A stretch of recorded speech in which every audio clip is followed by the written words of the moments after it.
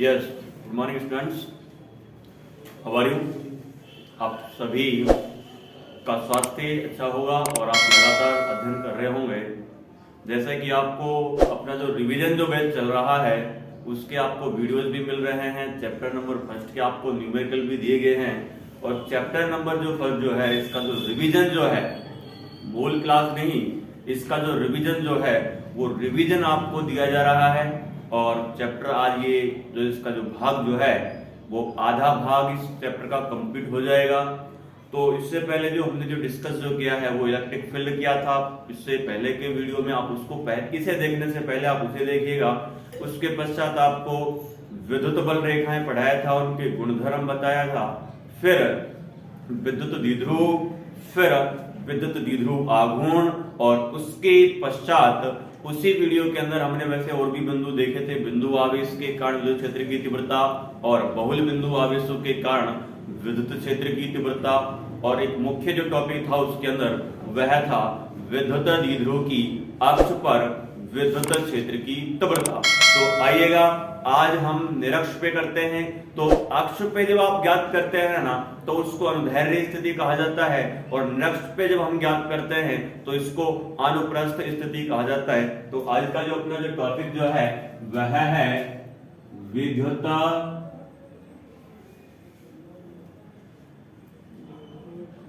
द्विध्रुव की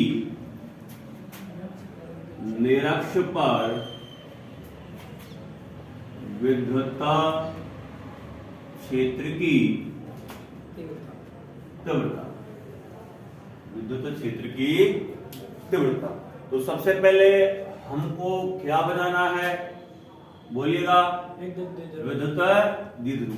ये लीजिएगा, ये दोनों परिमाण में तो समान होते हैं परंतु प्रकृति में कैसे होते हैं, विपरीत होते हैं। एक नेगेटिव है तो एक पॉजिटिव है। And what is the distance between them, 2a है। And suppose that this is the centre point of electric dipole और यह है विद्युत द्विध्रुव का मध्य बिंदु है। अगर ये टोटल 2a है तो यहां से यहां तक कितनी बची भाई, a। यहां से यहां तक कितनी बची, a। This is the line joining, ये एक दोनों आवेशों को मिलाने वाली क्रिया रेखा है। और यहां अगर आप कहीं ज्ञात करते हैं इधर या इधर तो यह कहलाता है अक्ष पे। कहां कहलाएगा, अक्ष पे कहलाएगा। अगर आप इसके बिल्कुल लंबवत जाते हैं, इस अक्षीय रेखा के बिल्कुल आप कैसे जाते हैं, लंबवत जाते हैं, और विद्युत द्विध्रुव के हम मध्य बिंदु से जाते हैं। ये मान लीजिएगा यह कोई एक बिंदु है और उस बिंदु को हम हमेशा क्या मानते आए हैं, P मानते आए हैं, और उसकी जो हम दूरी जो मानते आए हैं हमेशा ही हम क्या मानते आए हैं, स्मॉल r मानते आए हैं। इतना आप सभी कर लेते हैं। अब हमको टोटल इंटरनल टोटल या इक्विवेलेंट जिसे आप कहते हैं टोटल इलेक्ट्रिक फील्ड हमको ज्ञात करना है at a point of P, बिंदु P पर। तो बिंदु P पर जो विद्युत क्षेत्र जो होगा या विद्युत क्षेत्र की जो तीव्रता जो होगी वह प्लस आवेश के कारण भी होगी और माइनस आवेश के कारण भी होगी।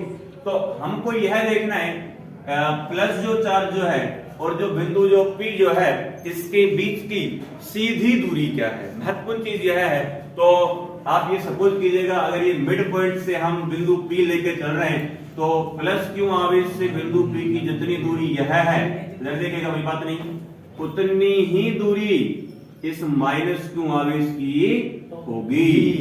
अब मान लेते हैं प्लस क्यू आवेश से ये जो डिस्टेंस जो है वो कितनी है, L है। तो माइनस क्यू आवेश से बिंदु P की जो डिस्टेंस जो होगी वह भी कितनी होगी, बोलो, L ही। इतना हम कर सकते हैं क्या, बताइएगा। अब आप मुझे ये बताइएगा बिंदु आवेश का जो विद्युत जो क्षेत्र जो होता है उसका फॉर्मूला क्या E बराबर कि क्यों अपॉन में आर स्क्वायर होता है। तो ये पॉइंट चार्जेज हैं, ये कैसे हैं, ये पॉइंट चार्जेज बिंदु आवेश है। अतः प्लस क्यू आवेश के कारण बिंदु P पर विद्युत क्षेत्र की तीव्रता, तो प्लस के कारण हम ज्ञात कर रहे हैं, तो इसको नाम क्या देंगे बोलो, ए वेक्टर प्लस क्यू। आइएगा बराबर क्या फॉर्मूला है, के क्यू बटे, अब यहाँ आर नहीं है, सीधी दूरी क्या है, एल, तो एल का स्क्वायर। परंतु एग्जैक्टली जो डिस्टेंस जो ली जाएगी कहां से ली जाएगी, मध्य बिंदु से, और वो आर के रूप में है। आप यहाँ वेक्टर लगा के चल रहे तो चल जाएंगे R cap. This is the equation number. अब बोलिएगा माइनस क्यों आवेश के कारण बिंदु P पर विद्युत क्षेत्र की तीव्रता। लेकिन इसे हम ज्ञात करने से पहले हम इस पे जाते हैं कि इसकी दिशा किधर होगी। आप जिस बिंदु पर विद्युत क्षेत्र की दिशा ज्ञात करते हैं, उस बिंदु पर परीक्षण धनावेश की क्या करते हैं, कल्पना करते हैं। तो मान लेते हैं बिंदु P पर कोई एक परीक्षण धनावेश है, अगर ये धनावेश है तो ये भी कैसा है, धन आवेश है। तो धन धन के मध्य आकर्षण या प्रतिकर्षण, तो ये इसे अपनी ओर खींचेगा, दूर भगाएगा।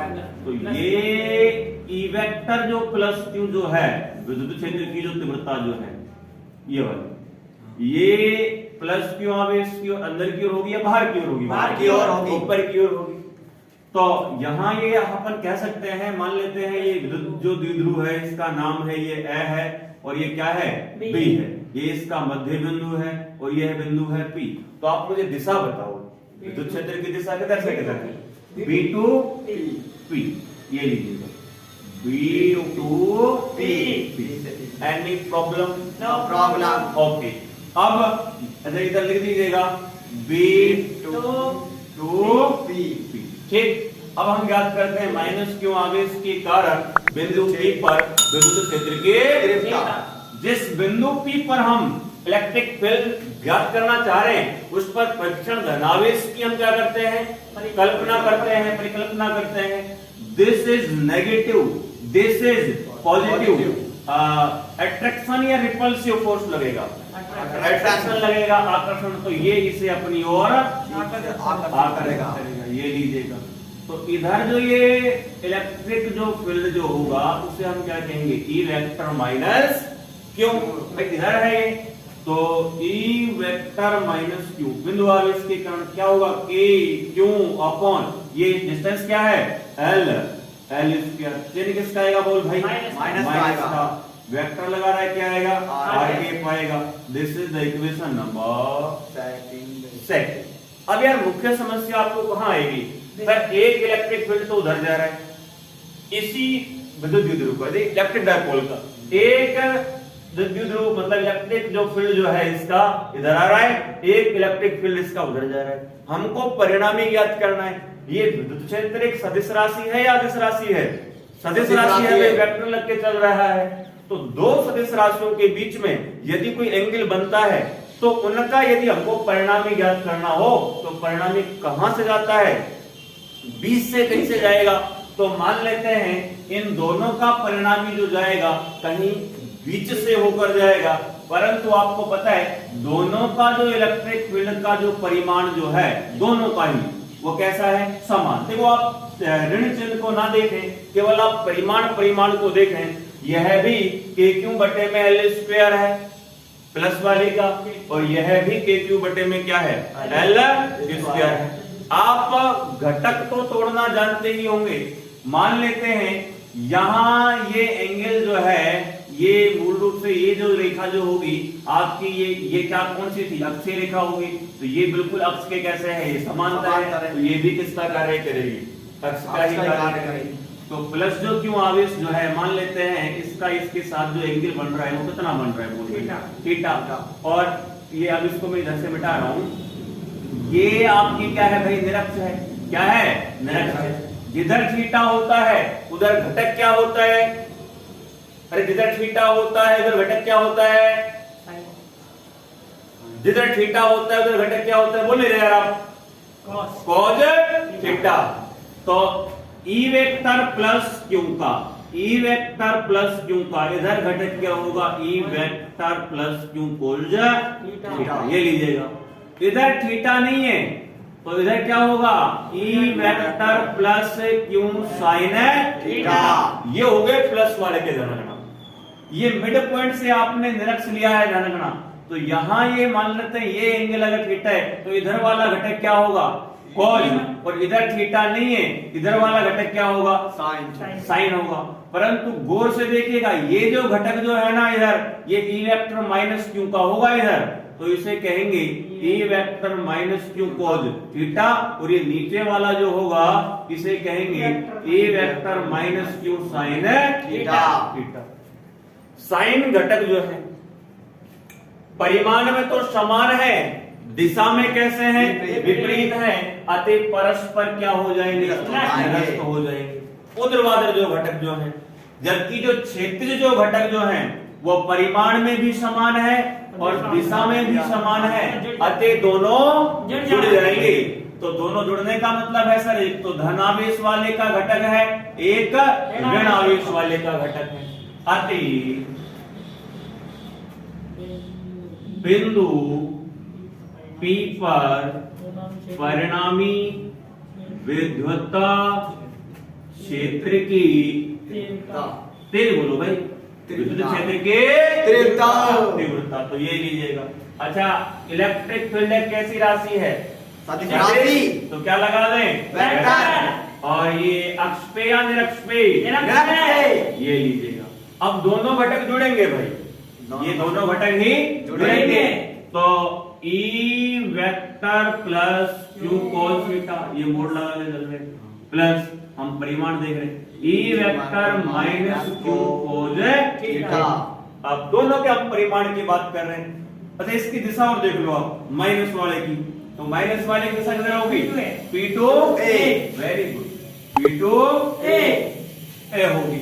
अब दोनों के परिमाण क्या समान है क्या, बिल्कुल बिल्कुल समान। मोड लगा दिया है ना, हम परिमाण की बात कर रहे हैं, मान लीजिएगा। तो यहां आप जब दोनों का परिमाण जब देखेंगे तो मैं इसको कह रहा हूं 2e वेक्टर क्यू प्लस में कोज थीटा और e वेक्टर निरक्ष। आप इधर भी इधर केवल परिमाण की बात कर रहे हैं तो इधर क्या लगा सकते हैं, मोड लगा सकते हैं। अच्छा, अब एक्चुअल में यहाँ परिमाण के साथ साथ दिशा की जब बात करेंगे तो यहाँ वेक्टर लगा हुआ है, तो यहाँ क्या लगा हुआ है, वेक्टर लगा हुआ है। बोलिएगा, आप मुझे इतना बता दो, इस ई वेक्टर प्लस क्यू का मान क्या है, कै क्यू अपॉन में एल स्क्वायर और आर के, क्यू अपॉन में एल स्क्वायर और आर। ये मेन चीज है, ध्यान रखना ये वाली। आप मान लो ये जो विद्युत जो द्विध्रुव है, ये अक्ष से जो इलेक्ट्रिक जो फील्ड जो है, ये देखो इधर भी थीटा बन रहा है ना, यहां से देखो ये भी अक्ष है, ये भी वही रेखा है, ये भी अक्ष है, ये भी वही रेखा है। तो जितना एंगल थीटा ये बनेगा उतना ही एंगल थीटा ये बनेगा। और आप बता सकते हो क्या, कोज है यहाँ पर, और आप जानते हैं क्योंकि कोज थीटा बराबर क्या होता है, आधार बटे कर्ण। तो यहां से हम देखेंगे पुनः कोज थीटा बराबर आधार, देखो थीटा के सामने लंब होता है, थीटा के सामने क्या होता है, लंब। तो ये वाली भुजा हम काम में नहीं लेंगे, ध्यान रखना, ठीक। अच्छा, ये क्या बच जाएगा, आधार, ये क्या बच जाएगा, कर्ण। तो कोज थीटा बराबर क्या हो जाएगा, ए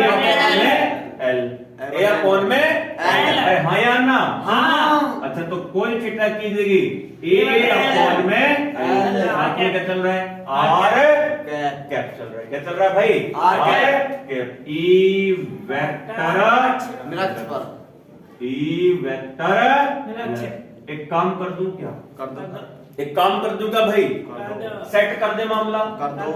अच्छा, मैं ये कह रहा हूं क्यों है कि नहीं है ऊपर? है। तू है कि नहीं है ऊपर? ए है कि नहीं है ऊपर? है। अच्छा, के है कि नहीं है? नीचे एल स्क्वायर और एल की घात कितना बन जाएगा? एल की घात क्यूब 3 बन जाएगा। ये क्या है? आर। ये क्या बनता है? पी। Very good.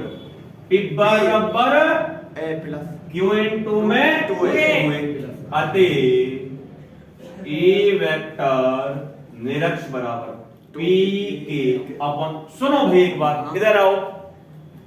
ये एंगल 90 का बन रहा है क्योंकि निरक्ष लंबवत है बिल्कुल अक्ष के, तो यहां अगर ये 90 बन रहा है तो क्या ये त्रिभुज के अंदर पाइथागोरस थ्योरम लग सकता है? लग सकता है। तो बोलेगा क्या कहती है पाइथागोरस थ्योरम? कर्ण का स्क्वायर बराबर स्क्वायर प्लस स्क्वायर। कर्ण क्या है अपने पास? एल। तो एल का स्क्वायर बराबर आधार बोलिएगा कितना है? स्क्वायर का square plus R square R का स्क्वायर। हाँ या ना? अब नीचे रखो। तुमको तो यहां से मैं स्क्वायर हटा दूं सर, इस पे क्या लगा दूं? क्यूब। रूट क्या लगा दे?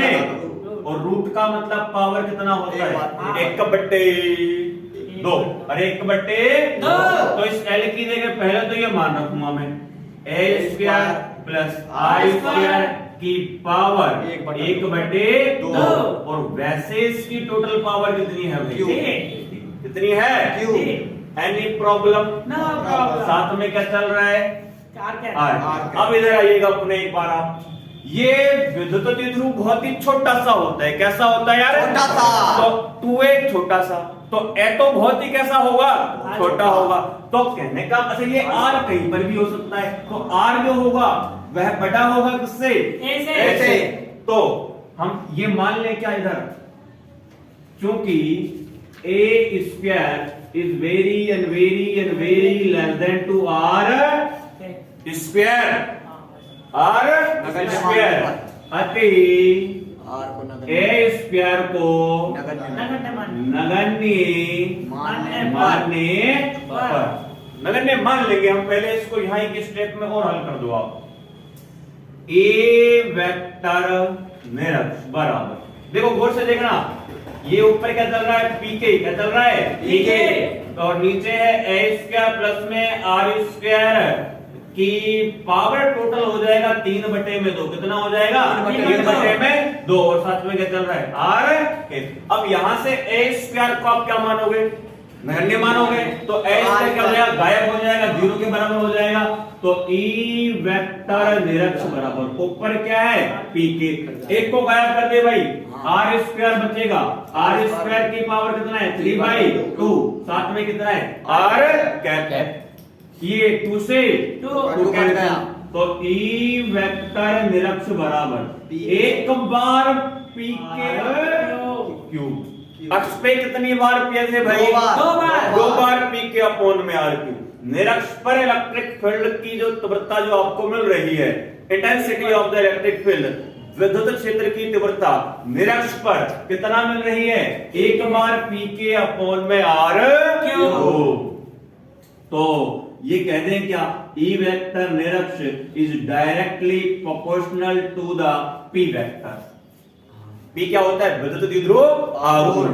अगर विद्युत द्विध्रुव आघूर्ण बढ़ रहा है तो विद्युत क्षेत्र की तीव्रता भी बढ़ेगी। फिर नीचे आइएगा, ई वेक्टर निरक्ष समानुपाती 1/r3। अगर दूरी बढ़ेगी, भाई दूरी अगर बढ़ेगी तो विद्युत क्षेत्र की तीव्रता बोलो बढ़ेगी। भाई यहां ज्ञात करेगा नजदीक तो ज्यादा इलेक्ट्रिक फील्ड मिलेगा, दूर जाता जाएगा तो इलेक्ट्रिक फील्ड कैसा होता जाएगा? कम होता जाएगा। और यह आपका हो जाता है डेरिवेशन कंप्लीट। विद्युत द्विध्रुव की निरक्ष पर विद्युत क्षेत्र की तीव्रता। आप ग्राफ बनाना चाहोगे पी वेक्टर और ए के मध्य तो कैसी रेखा मिलेगी आपको? स्ट्रेट लाइन, सीधी रेखा मिलेगी। और जबकि यहाँ आपको क्या मिलेगा? परवलय मिलेगा। ठीक, एक बार आप सभी इसका स्क्रीनशॉट ले सकते हैं और फिर हम आगे चलते हैं। ले लीजिएगा, स्क्रीनशॉट ले लीजिएगा। चलिए, इसके पश्चात आपको इसका जो टॉपिक जो आने वाला है, इधर देखिएगा भाई, आपने कहां ज्ञात करा है अब की बार? निरक्ष पर। मैं आपसे कह रहा हूं हमारे पास में कोई समविद्युत क्षेत्र है क्या है? समविद्युत क्षेत्र।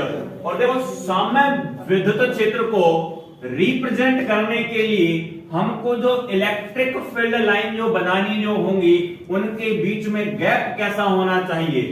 समान। कैसा होना चाहिए भाई? समान, बराबर होना चाहिए। आपकी कॉपी में जो लाइनिंग जो होती है, आपकी कॉपी में जो लाइनिंग जो होती है वो बिल्कुल सेम गैप में होती है। तो वहां आप उसको जब डिनोट करोगे, दर्शाओगे, तो वो कैसा इलेक्ट्रिक फील्ड बन जाएगा? सम। ये मान लेते हैं हमारे पास में कोई विद्युत क्षेत्र है और इन रेखाओं के बीच की हम दूरी समान लेके चल रहे हैं। ये नहीं, कितनी भी खींच दीजिएगा परंतु लिमिटेड, क्योंकि समय को भी हमें ध्यान रखना है। तो this is the E vector, this is the E vector. विद्युत क्षेत्र की जो दिशा जो है वो इधर है, हम इसको नाम दे रहे हैं समविद्युत क्षेत्र। तो टॉपिक जो है अपना वह है समविद्युत क्षेत्र में विद्युत द्विध्रुव पर बल एवं बलाघूर्ण, बल एवं बलाघूर्ण। देखो आपके पास में यहाँ एक विद्युत द्विध्रुव है और मान लीजिएगा ये अपने पास में एक विद्युत द्विध्रुव है जिसपे आप मूल रूप से जानते हैं एक धनावेश होता है और एक क्या होता है? ऋणावेश होता है। तो ये छोटा सा जो आपको एक भाग जो हम दिखा रहे हैं ये आपको किसका दिखाया गया है भाई? क्या है ये? विद्युत द्विध्रुव है। इस पर ये अगर प्लस क्यू आवेश है तो इधर ये क्या होगा भाई? माइनस क्यू आवेश होगा। और हमेशा हम इसके बीच की दूरी, बीच की दूरी कितनी मान के चलते हैं? 2 मान के चलते हैं। अब आपको इतना पता होना चाहिए ये आवेश धन है या ऋण है? अरे ऊपर वाला आवेश धन है या ऋण है? धन है। ये द्विध्रुव को हम मान लेते हैं ए बी। क्या मान लेते हैं? ए बी मान लेते हैं कि हमारे पास में एक विद्युत द्विध्रुव है ए बी जिसकी जो लंबाई जो है वह कितनी है भाई? 2 है। एक इधर देख भाई, एक धन आवेश है और एक क्या है? एक ऋण आवेश है। धनावेश पर हमेशा विद्युत क्षेत्र की दिशा में बल लगता है और आप परिभाषा जानते हैं E बराबर होता है F अपॉन में क्यू। तो F बराबर क्यू ई। तो धनावेश पर जो बल लगता है वो विद्युत क्षेत्र की दिशा में ही लगता है। तो यहाँ हो जाएगा F बराबर क्यू ई। ये प्लस के कारण है, इलेक्ट्रिक फील्ड एक वेक्टर, ये सदिश राशि है और बल भी कैसी राशि है? सदिश राशि है। जितने परिमाण का ये आवेश है उतने ही परिमाण का ये आवेश है, परंतु वो धन है, ये विद्युत क्षेत्र की दिशा में बल लग रहा है। ये ऋण है तो विद्युत क्षेत्र पे कैसे लगेगा? विपरीत लगेगा। तो F वेक्टर बराबर माइनस क्यू ए वेक्टर। इसकी तो दिशा होगी भाई इधर और इसकी जो दिशा होगी वो इधर होगी। सर ये परिमाण में तो समान है और दिशा में कैसे है? विपरीत है। अतः परस्पर जो बल जो है ना वो तो निरस्त हो जाएंगे। कहने का मतलब यह है कि अगर आप इस विद्युत द्विध्रुव को इस समविद्युत क्षेत्र में घुमाएंगे तो घुमाने में कोई बल नहीं लगेगा। बल तो कितना लगेगा बोलो भाई? शून्य लगेगा। तो जब कोई समविद्युत क्षेत्र के अंदर विद्युत द्विध्रुव घूमेगा तो इस तरह से गति करेगा, घूर्णन गति करेगा। और घूर्णन गति में ध्यान रखना, हम मूल रूप से वेग तय नहीं करते, कोणीय वेग हम लेते हैं। हम संवेग नहीं लेते, कोणीय संवेग हम लेके चलते हैं। हम बल नहीं बलाघूर्ण लेके चलते हैं। तो ये जो दोनों ये जो बल जो है ना इनको हम कहेंगे बल युग्म। युग्म माने क्या होता है? जोड़ा। ये इसको इधर घुमाएगा, ये इसको इधर घुमाएगा, तो इस तरह से ये घूमते जाएंगे। मान लेते हैं जब इलेक्ट्रिक जब फील्ड इधर है, ये लीजिएगा, तो ये जो विद्युत द्विध्रुव जो है ये इलेक्ट्रिक फील्ड के साथ में कितना एंगल बना रहा है? थीटा बना रहा है। तो ये दोनों इसको घुमाएंगे तो ये दोनों जो बल युग्म जो है एक बलाघूर्ण उत्पन्न करेंगे। क्या उत्पन्न करेंगे? बलाघूर्ण। अतः अब 11वीं क्लास की बात है। बलाघूर्ण जिसे हम रिप्रेजेंट करते हैं टॉ टॉ से। बराबर पी। किससे करते हैं? टॉ टॉ से। से करते हैं। लेकिन हिंदी में इसका सूत्र पता होना चाहिए, बलागुण बराबर बल का कोई एक युग्म। इधर देख भाई, बल का कोई कोई एक युग्म। एक युग्म तथा उनके बीच की, वेरी गुड, उनके बीच की लंबवत दूरी। अब इनके बीच की जो लंबवत जो दूरी है ना यार, दोनों के बीच की यह दूरी होगी, ये वाली, ये तो सीधी दूरी हो गई। और ये दूरी कैसी हो गई? लंबवत दूरी, क्योंकि यह ऋण है इधर इस रेखा पर और उस पर कौन है? धन जो है। अब ये इधर देखिएगा आप एक बार, लंबवत दूरी हमको ज्ञात करना है। ये तेरे पास में है क्या? 2 है। ये तेरे पास में है क्या? थीटा। हमको तो यह चाहिए। क्या चाहिए? ये चाहिए। मान लेते हैं यहां से यहां तक ये क्या है? X। क्या है भाई? ये X। Any problem? No बल का कोई एक भी युग्म ले ले, चाहे इसको ले ले चाहे इसको ले ले, तो टॉ बराबर, हमने ये ले लिया क्यों ही, क्या ले लिया? क्यों ही। क्यों ही ले लिया। अब बात है कि सर ये लंबवत दूरी क्या है, तो इधर हम ये कर लेते हैं कार्यक्रम, क्योंकि साइन थीटा बराबर क्या होता है? लंब बटे में कर्ण। अरे लंब बटे में कर्ण। देख भाई ये थीटा है, ये 90 बन रहा है इधर। 90 के सामने आप ये त्रिभुज जानते हैं, 90 के सामने क्या होता है भाई? कर्ण होता है। क्या होता है? कर्ण होता है। थीटा के सामने क्या होता है? लंब होता है। क्या होता है? लंब होता है। तो साइन थीटा बराबर, साइन थीटा बराबर लंब कितना है? x। कर्ण कितना है? 2। ये 90 के सामने 2 है। 2 हो जाएगा। ये लीजिएगा, हमको लंब दूरी चाहिए, मतलब किसका मान चाहिए? X का चाहिए। x का मान चाहिए। तो x बराबर मध्यमा कर देंगे, 2 क्या हो जाएगा? sin 2a sin theta. Any problem? No problem। तो ये लिख दिया हमने 2a sin थीटा। एक काम कर दूं क्या भाई? कर दो। अरे कर दे क्या भाई? कर दो। फिर टॉ बराबर, टॉ बराबर। ये क्यों लिख दिया? क्यों गुणा क्यों और है? क्यों के साथ में मैंने ट्यूबवेल लिख दिया, ई है, Sin साथ में थीटा। क्या है? साइन है थीटा। चूंकि पी बराबर क्यू इन 2 में 2 है। अरे पी बराबर क्यू इन 2 में 2 है। 2 है, तो बराबर पी sin थीटा। आंसर। अतः विद्युत द्विध्रुव के कारण जो बलागुण जो लगता है, उस पे जितना जो बलागुण लगता है उसका फॉर्मूला क्या होगा? टॉ बराबर पीई साइन थीटा। इसको दूसरा रूप दे दें क्या? बल एक सदिश राशि है, बलागुण भी एक कैसी राशि है? सदिश राशि है। तो टॉ पे जब मैं यहाँ वेक्टर लगाऊंगा तो मैं इधर कह रहा हूं पी वेक्टर गुणा में P वेक्टर। पी वेक्टर गुणा में P वेक्टर। क्योंकि विद्युत द्विध्रुव आघूर्ण भी एक सदिश राशि है और विद्युत क्षेत्र भी एक कैसी राशि है? सदिश राशि है। फिजिक्स में एक रूल है, क्रॉस से हटा और डॉट। साइन लगा। अरे क्रॉस से हटा और साइन लगा। लगा, तो यहां से ये हो जाएगा पी बराबर PE sin- सॉरी टॉ बराबर पीई साइन थीटा। लेकिन एक चीज ध्यान रखना है इधर, आप यहाँ अभी तक आपने टॉ पे वेक्टर नहीं लगाया था, तो मैंने इधर एन कैप नहीं लगाया। अभी एन कैप दिशा को बताता है। इधर आप टॉ पे वेक्टर लगा रहे हैं, क्या क्या बताओगे? N cap. एन कैप यहाँ एकांक सदिश है, एकांक का सदिश है जो दिशा को निरूपित करता है। अब आपसे अगर कोई पूछे कि भाई ये जो थीटा जो है ये किस किस के बना हुआ बीच का एंगल है? ई के और पी के, ई के और पी के। अच्छा इधर देख भाई, विद्युत क्षेत्र जो है ना वह तो इधर है, इधर है, इधर है। और हमेशा जो पी जो होता है वो ऋण आवेश से किधर होता है? धन आवेश की ओर। और ये विद्युत क्षेत्र है, तो ये वाला जो एंगल जो होगा उन दोनों के बीच में बनने वाला एंगल होगा। तो हमें मानते हैं, ये लीजिएगा, ये तो ई वेक्टर है, इधर क्या है? ये पी वेक्टर है। तो ये जो एंगल जो है ये क्या है? दोनों के बीच का एंगल है। अतः समविद्युत क्षेत्र के अंदर विद्युत द्विध्रुव पर बल तो कितना लगता है, जबकि बलाघूर्ण कितना लगता है? टॉ बराबर पीई साइन थीटा। आपसे कोई ये कह दे कि इसको घुमाने में कितना कार्य करना पड़ेगा, तो कार्य बराबर क्या होता है भाई?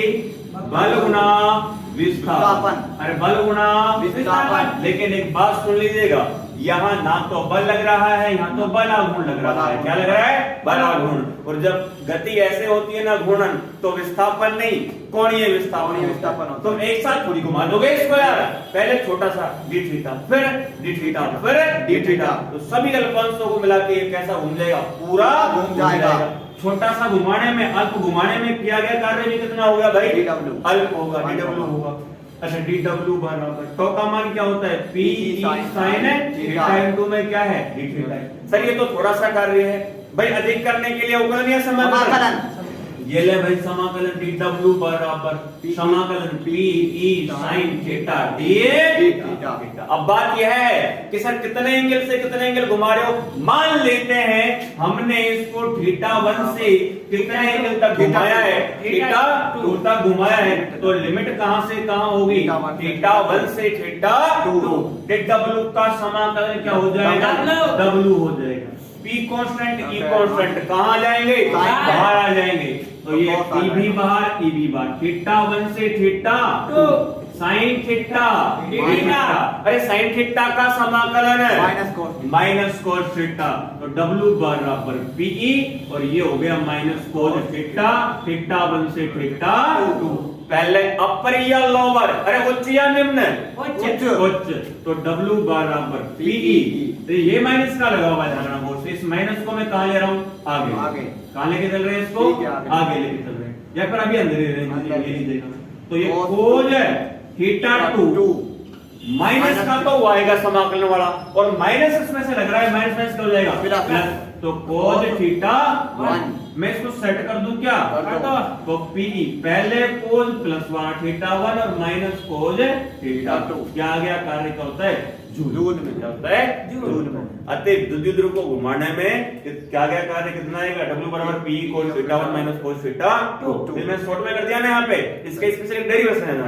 But this is not man batch, this is only and only revision batch. तो आज के लिए इतना ही। ये चैप्टर यहाँ तक जो हो गया, इसके पश्चात तब हम बात करेंगे इलेक्ट्रिक फ्लक्स पे, और फिर गोस लॉ आएगा, उसके एप्लीकेशंस आएंगे, फिर चैप्टर हम खत्म करेंगे। लिए आज के इतना ही। सभी बोलेंगे एक साथ, जय हिंद, जय भारत।